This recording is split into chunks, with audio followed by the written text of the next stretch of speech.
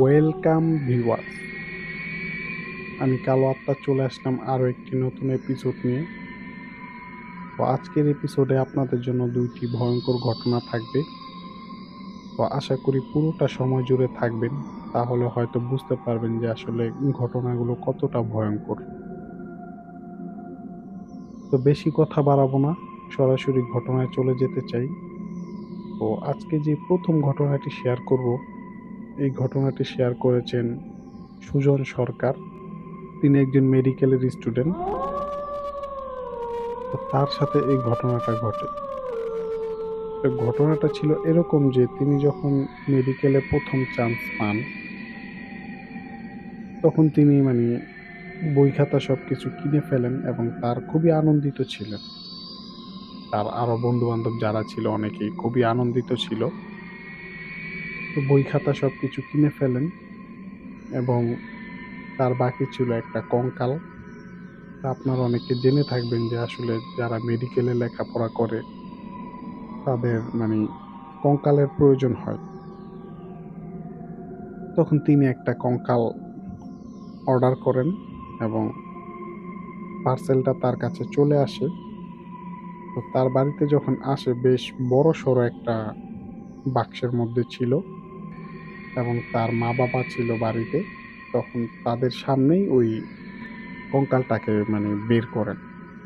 তার মা তো দেখে ভয় পেয়ে যায় এবং তার বাবাও অনেকটা বলে যে এটা অনেক ভয়ানক দেখতে।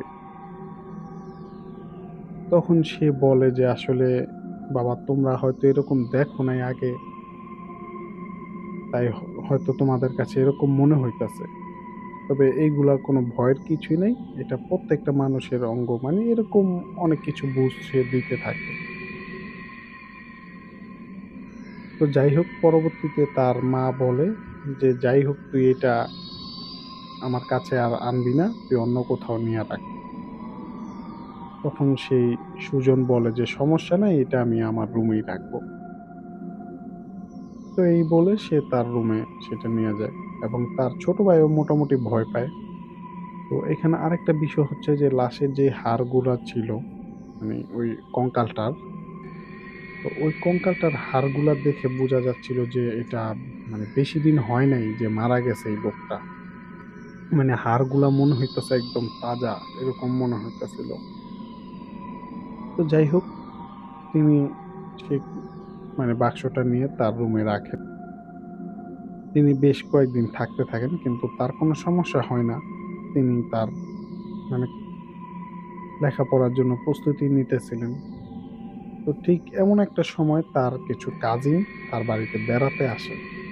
কাজিন বলতে যেমন তার ফুফু এবং তার পুরো পরিবার আসে বেড়াতে, যার জন্য একটু জায়গা একটু কম ছিল। তো তখন সেই সুজন সরকার তার ছোট ভাই তার রুমটায় থাকতো। তো সে তার রুমে দুইটা বিছানা ছিল। তো সে তার বিছানায় যখন শুইছে, তো এরকমই একদিন হঠাৎ তার মনে হইতাছে যে কেউ একজন তার পাশে শুয়ে আছে এবং তাকে কেউ একজন জড়ায় ধরলো, এরকম তার মনে হইতাছে। তো তিনি বিষয়টা স্বাভাবিকভাবেই নেন, যে হইতে পারে যে তার ছোট ভাই তাকে জড়ায় শুয়ে আছে বা তার বিছানায় আসছে। তো এরকম তিনি অনেকক্ষণ ঘুমায় থাকেন। তো তার মনে হইতাছে যে যে অবয়বটা যে জড়ায় ধরছে, তার হাত পা গুলা অনেকটা শক্ত। একটা মানুষের হাত পা এরকম না। একটা মানুষ যখন আর একটা মানুষকে স্পর্শ করে তার কিন্তু একটা অনুভব করা যায় তার ছোঁয়াটা। কিন্তু তার কাছে মনে হইতেছে শক্ত শক্ত লাগতেছে অনেক, হার্ড। তো তখন তিনি তিনি ছিলেন তার যে ভাইয়ের যে বিছানাটা ছিল তার অপর পাশে, সেই দিকটায় মুখ করা। এবং সে যখন তাকান চোখ খুলে, তো তিনি একটা জিনিস লক্ষ্য করেন যে তার ছোট ভাই তার সোজা ওই বিছানার মধ্যে শুয়ে আছে, অন্যদিকে ফিরে। তো এটা তিনি স্পষ্ট দেখতে পাচ্ছেন। তো এটা দেখে এখন তিনি ভাবতেছেন যে তাহলে কে তাকে জড়ায় ধরে শুয়ে আছে। ঠিক মানে তার মনে হইতেছে এটা কি তার মনের ভুল, কিন্তু না। তিনি দেখেন যে আসলে স্পষ্ট গরম নিঃশ্বাস তার ঘাড়ের মধ্যে পড়তেছে, এরকম একটা কিছু। তো তিনি একবার ঘুরে দেখার অনেক চেষ্টা করেন, কিন্তু তিনি সমস্ত শক্তি দিয়েও নড়তেই পারলেন না। মনে হইতেছে তার পুরো শরীরটাই অবশ হয়ে গেছে। তো এরকম তিনি একটু একটু ভয় পেতে থাকেন, এবং অনেক চেষ্টা করার পরও তিনি যখন ঘুরতে পারলেন না, তখন তিনি একটু ভয় পেতে শুরু করেন, এবং তিনি আস্তে আস্তে মনে মনে দোয়া পড়তে থাকেন। তো পরবর্তীতে হঠাৎ যখন তিনি তার শরীরটা স্বাভাবিক হয়, তিনি যখন ঘুরে তাকান, তিনি দেখতে পান যে আসলে তার পেছনে কিছুই নাই। তো এটাতে তিনি অবাক হয়ে যান যে তার একটু আগেও তার স্পষ্ট মনে আছে যে গরম নিঃশ্বাসগুলা তার শরীরের মধ্যে পড়তেছে, ঘাড়ের মধ্যে পড়তেছে, অথচ তিনি অনেক চেষ্টা করেও ঘুরতে পারেন নাই। তো যাই হোক, ওই রাতটা গেল। তো ওই রাতটা যে গেছে ঠিক আছে, কিন্তু তার যে এই যে ভয়টা, সে যে রাতের বেলা ভয়টা পাইছে, এটা তিনি কাউকে শেয়ার করতে পারেন নাই। আসলে তিনি কার কাছেই বা শেয়ার করবেন বিষয়টা? তিনি একবার ভাবছিলেন যে তার মায়ের কাছে তিনি এটা শেয়ার করবেন।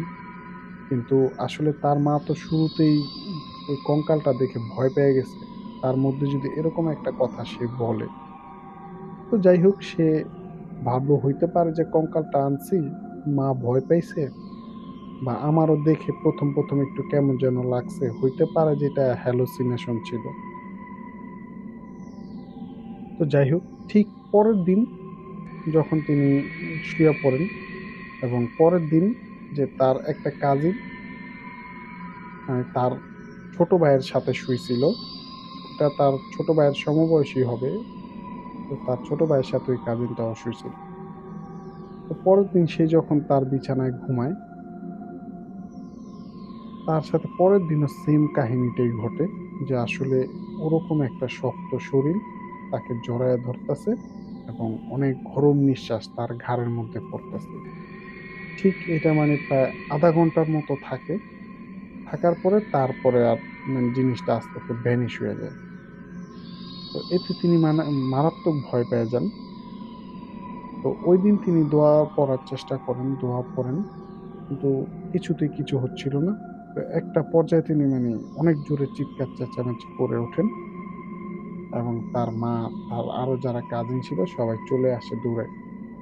তো তার বাড়িতে যেহেতু একজন মেহমান, এইজন্য তিনি বিষয়টা ওরকম ভাবে ক্লিয়ার করেন নাই। তিনি বলেন যে আমি ভয়ানক স্বপ্ন দেখছি। তখন তার যে ফুফু, আরো যারা মেহমান আসছিল, তারা বলে যে তুমি এখন মেডিকেলে ভর্তি হয়েছো। তুমি যদি এরকম স্বপ্ন দেখে চিৎকার করো, এটা তো আসলে মানুষ হাসবে। তো যাই হোক, আর তিনি এখন মেডিকেলে ভর্তি হয়েছেন, তার একটা অন্যরকম ব্যাপার-স্যাপার তার মধ্যে কাজ করে। এই মুহূর্তে তিনি যদি বলেন যে আমি এরকম ভয় পাই, আমার সাথে এরকম হয়, এটা আসলে কেউ বিশ্বাস করতে চাইবে না। তা আসলে যার সাথে ঘটে এটা তো আসলে একমাত্র সেই বুঝে। এটা তো আর অন্য কেউ আসলে বুঝতে পারবে না।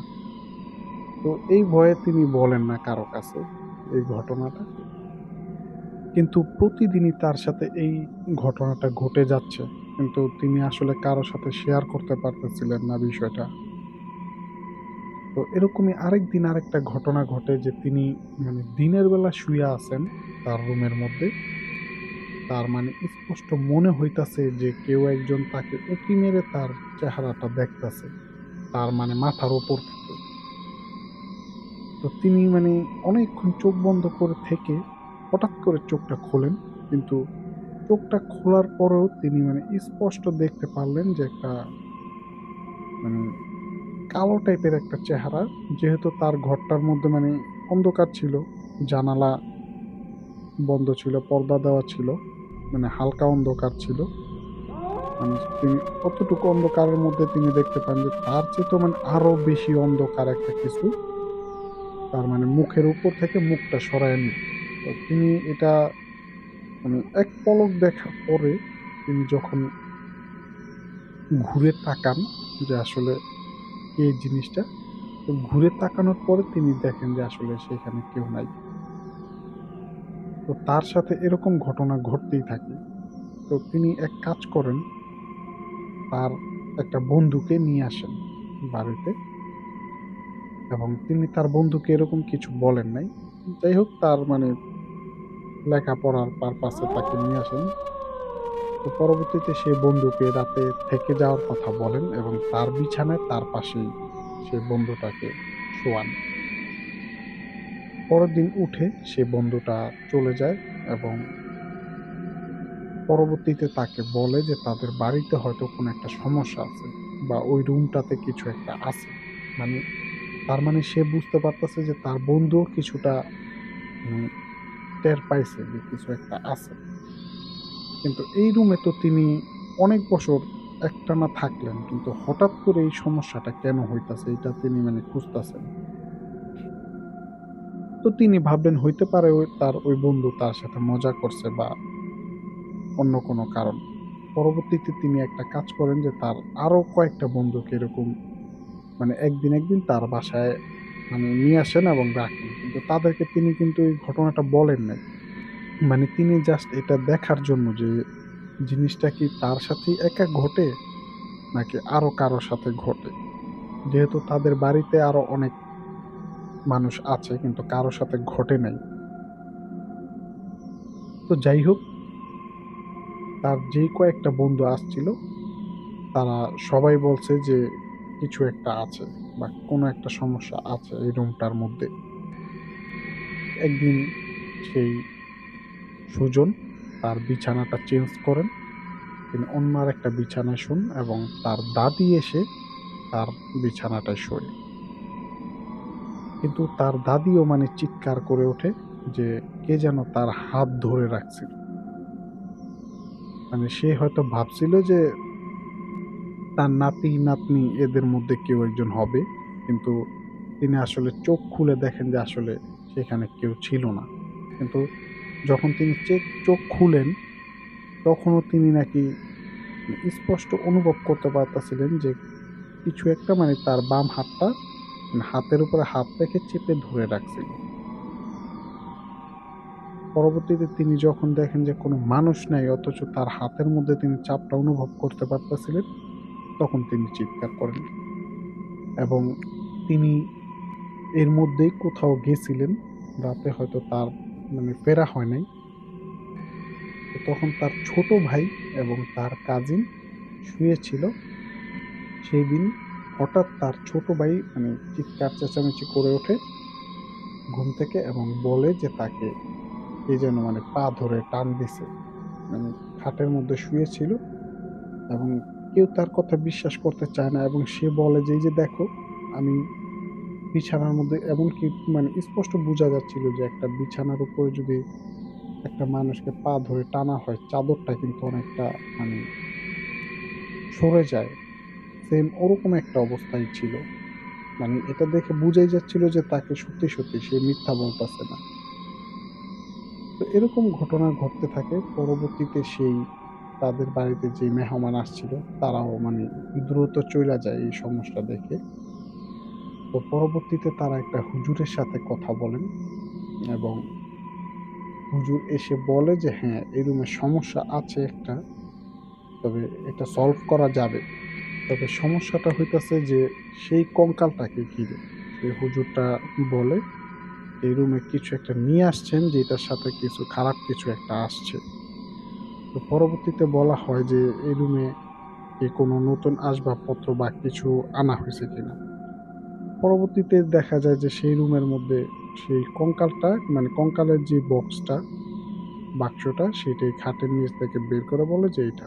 পরবর্তীতে সে বলে যে হ্যাঁ, এই কঙ্কালটার মধ্যেই সমস্যা আছে এবং সে বলে যে আপনি এক কাজ করেন এই কঙ্কালটাকে বাদ দিয়ে যেহেতু আপনার লেখাপড়ার জন্য প্রয়োজন আপনি অন্য আরেকটা কঙ্কাল নিয়ে আসেন। আপনি যারা এটা দিয়ে গেছে তাদেরকে বলেন যে এটা চেঞ্জ করে অন্য আরেকটা দেওয়ার জন্য। তো তো পরবর্তীতে সেই সুজন বলে যে, "আসলে কি প্রবলেম হুজুর, আপনি একটু বলেন যে বিষয়টা।" পরে বলে যে, "এই কঙ্কালটা হয়তো কোনো একটা আত্মহত্যার লাশ ছিল, যেটাকে মানে কঙ্কাল করা হইছে এবং তোমার কাছে এটা আসছে। এজন্য তুমি এই কঙ্কালটা রাইখো না। তোমার অনেক বড় সমস্যা হইয়া যেতে পারে।" তো পরবর্তীতে সেই সুজন সে যেখান থেকে অর্ডার করছিলেন, সেখানে এটাকে ফেরত দেওয়ার চেষ্টা করেন। কিন্তু তারা নিতে চায় না। এজন্য তাদেরকে কিছু ডিসকাউন্ট বা কিছু মানে জরিমানা দিয়ে তারপরে তিনি অন্য আরেকটা কঙ্কাল নিয়ে আসেন। কিন্তু তারপর থেকে মানে তার সাথে এরকম কোনো ঘটনা আর ঘটে নাই। কিন্তু এইখানে বিষয় হচ্ছে যে মানে তিনি পরবর্তীতে কিন্তু অনেক কঙ্কাল নিয়া মানে লেখাপড়ার পারপাসে কিন্তু কঙ্কাল সাথে নিয়ে ঘুমাইছেনও। কিন্তু তার সাথে এরকম ঘটনা ঘটে নাই। কিন্তু ওই কঙ্কালটা আনার পরে তার সাথে যে ঘটনাগুলা ঘটছিল।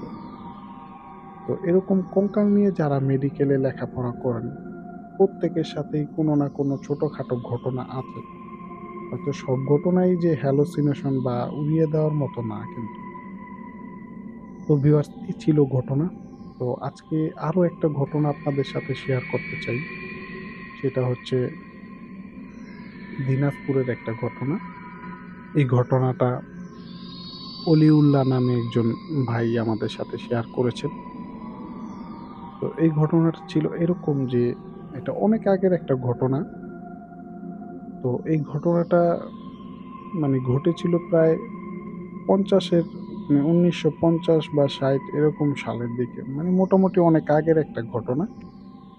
তো তাদের যে দিনাজপুরে যে একটা গ্রাম ছিল, গ্রামে একটা গাছ ছিল। সেই গাছটা দেখতে অনেকটা বটগাছের মতো। মূলত ওইটা বটগাছ না, ওইটা একটা পালং গাছ বলে তাদের আঞ্চলিক ভাষায়। তো ওই পালং গাছের নিচে একটা লোককে মানে প্রায় সময় নাকি হুক্কা খেতে দেখা যায়। ইভেন এখনো নাকি ওইটাকে দেখা যায়। তো এখানে বিষয় হচ্ছে যে মানে এটার পিছনে একটা ইতিহাস আছে যেটা মুরুব্বিরা বলতো। ওই লোকটাকে অনেকেই দেখছে।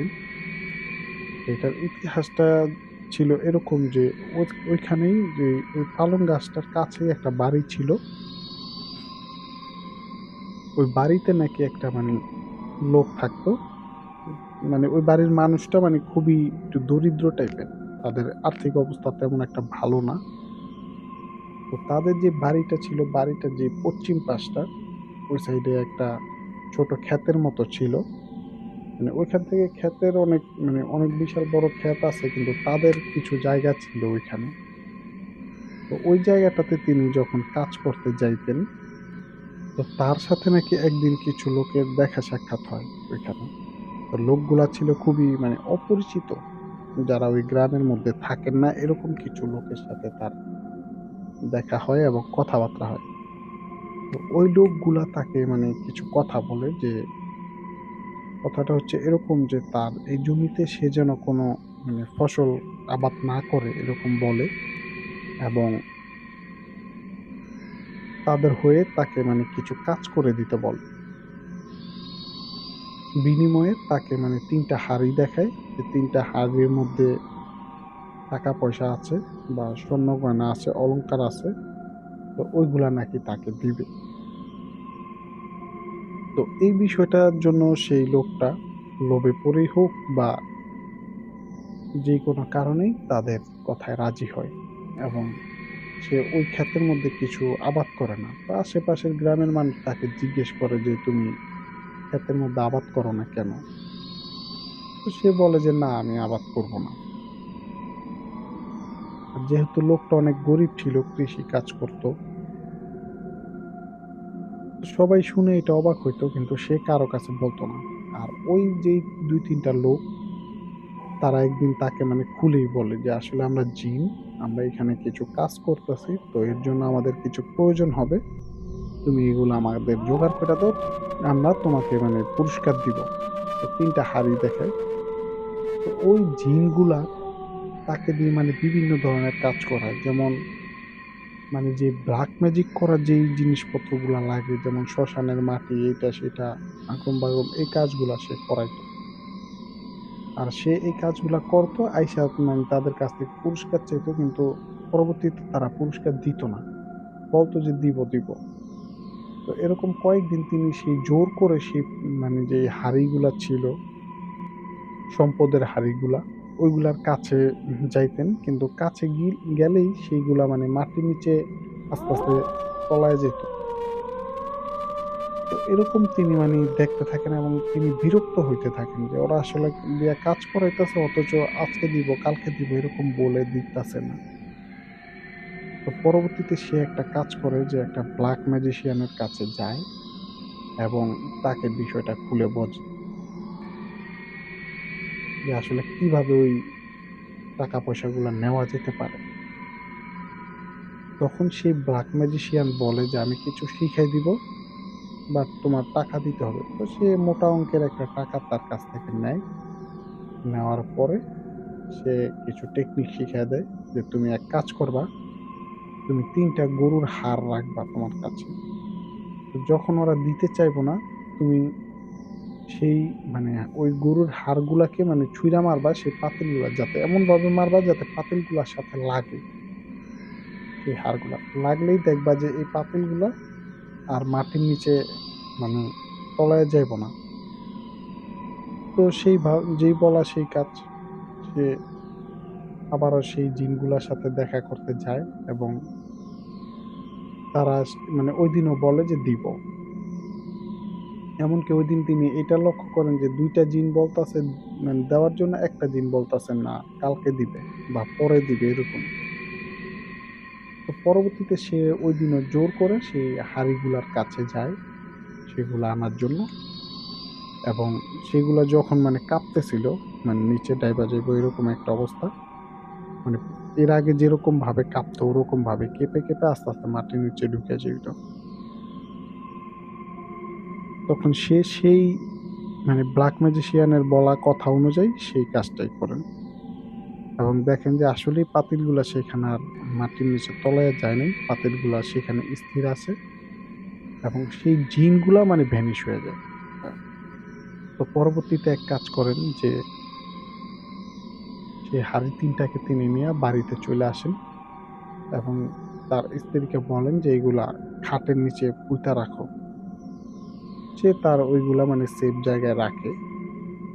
কিন্তু পরের দিন ঘটে আরেকটা ঘটনা যে পরের দিন যখন ঘুম থেকে ওঠে সেই লোকটা মানে অ্যাবনরমাল টাইপের হয়ে যায়। তো গ্রামের যে আশেপাশের মানুষজন ছিল তারা ধরাধরি করে তাকে একটা হুজুরের কাছে নিয়ে যায়। কিন্তু ওই সময়টাতে মানে ওই দিনাজপুরের ওই হুজুরটা ছিল খুবই নামকরা একটা হুজুর ওই সময়টাতে। এবং তার মানে পাওয়ার এতটাই ছিল যে তার ২ টা স্ত্রী ছিল। তার মধ্যে একটা হচ্ছে মানে মানুষ, আর আরেকটা স্ত্রী ছিল যে সেটা নাকি জিন জাতি ছিল। যার কারণে ওই হুজুরটার অনেক সুনাম ছিল ওই সময়টাতে। তো তার কাছে তাকে নিয়ে যাওয়া হয় এবং জিজ্ঞেস করা হয় যে সে কি করছে? তখন সে একটা কাজ করেন যে ওই গ্রামেরই একটা লোককে ডাকেন ওই ভিড়ের মধ্যে থেকে। তো ডেকে এনে তার চোখ ২ টা বেঁধে দেন একটা গামছা দিয়ে এবং ১ বালতি পানি নিয়ে আসতে বলেন। তো পানিটা আনার পরে সেই চোখ বাঁধা লোকটাকে বলে যে, "আপনি এই পানির দিকে তাকায় দেখেন তো কিছু দেখা যায় কিনা?"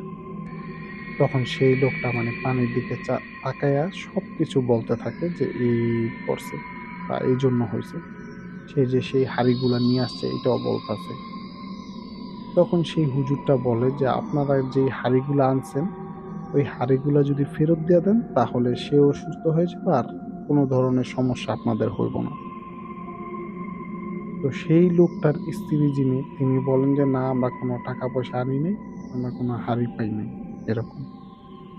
তো গ্রামের কিছু লোক তো মানে বলতেই থাকে যে, এই হুজুরটা হয়তো মিথ্যা বলতেছে। পরবর্তীতে হুজুরটা বলে যে, "আমি যদি মিথ্যা বলে থাকি যে তাহলে এর প্রমাণ হবে। এর প্রমাণ হচ্ছে যে সেই বালতিটাকে যদি কেউ উঁচা করতে পারেন তাহলে বুঝবেন যে আমি মিথ্যা বলতেছি।"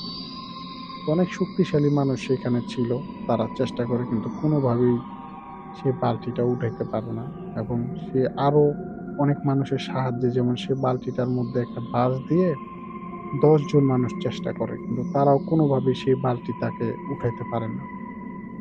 তখন সবাই বুঝতে পারে যে হইতে পারে যে হুজুরের কথা সত্য, কিন্তু ওইদিকে সেই লোকটার স্ত্রীও মানে কোনোভাবেই স্বীকার দিয়ে গেল না যে আসলে তার কাছে টাকা পয়সা আছে বা জিনেদের টাকা পয়সা আছে। তখন সেই গ্রামবাসী বলে যে হুজুর আপনি যাই হোক, সে টাকা দেখ বা না দেখ, আপনি জিনগুলাকে তাড়ানোর ব্যবস্থা করেন। তখন সে হুজুর বলে যে ঠিক আছে, আমি চেষ্টা করে দেখতে পারি, যে এতে কোনো কাজ হবে না, যেহেতু ওদের সম্পদ মানে লুট করা হয়েছে, ওরা এটার তো রিভেঞ্জ নিবেই। তো পরবর্তীতে সেই মানে একটা ঘর ছিল, সেই ঘরের মধ্যে মানে হঠাৎ করে হুজুর কিছু কাজ করতে থাকেন, মানে তার কবিরাজি যে বিষয়গুলা, ঠিক তখনই ঘরটার মধ্যে অনেক চিল্লাপাল্লা হুলস্থুল শুরু হয়ে যায়। এবং একটা পর্যায়ে তিনি দেখতে পান যে সেই ঘরের মধ্যে যেই ধানের বস্তা, গমের বস্তা, এগুলা মানে বাইরে মানে এসে পড়তাছে।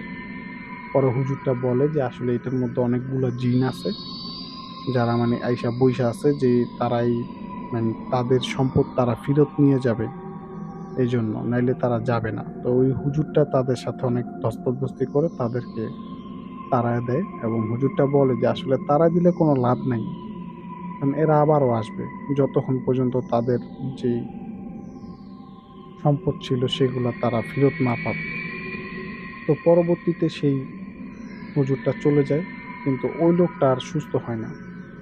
ওই লোকটাকে মানে বাড়ির বাইরেই একটা গাছের সাথে প্রায় সময় বেঁধে রাখতো। এবং সেই লোকটার যে স্ত্রী ছিল, সে বিভিন্ন ধরনের জমিজমা কিনতে থাকে। এখানে মানে গ্রামের মানুষের একটু সন্দেহ হয় যে সে এত টাকা পাইতেছে কোথায়? সে তো হতদরিদ্র। তো কয়েকজন তো তাকে প্রশ্নই করে ফেলে যে, "তুমি কিভাবে এরকম মানে জমিজমা কিনতেছো? তোমার এত টাকা কোত্থেকে আসে?" তখন সে বলে যে, "ধার দেনা করে কিনলাম বা ভাইয়ের থেকে আনছি।" এরকম অনেক কথা বলে সে মানে এড়াইয়া যেত। তো এরকমই একদিন হঠাৎ মানে আপনারা জেনে থাকবেন যে উত্তরাঞ্চলে কিন্তু অনেক সময় মানে বৃষ্টি হইলে ওই সিজনটাতে নাকি গাছ থেকে সাপ-টাপ পড়তো। সোনালী কালার এক ধরনের সাপ আছে, চিকন। ওই সাপটা পড়তো। যেহেতু ওই সাপটা কাউকে কামড় দেয় না, কিন্তু সাপটা বিষাক্ত ছিল। তো এরকমই একদিন একটা সাপ ওরকম গাছ থেকে সেই লোকটার কাছে পড়ে, এবং সেই লোকটা দড়ি ছিঁড়ে দৌড়ে গিয়ে সেই সাপটার মাথা ছিঁড়ে সাপটাকে মানে কাঁচা খেয়ে ফেলে। তো এইটা দেখে মানে গ্রামের অনেক মানুষ মানে অবাক হয়ে যায় যে, "আরে বিষয়টা কি?" কিন্তু এই ঘটনা হওয়ার পরে কিছুদিন পরে সেই লোকটা মারা যায়। এই ৪-৫ দিনের মধ্যেই সেই লোকটা মারা যায়। তো পরবর্তীতে তাকে দাফন করা হয়।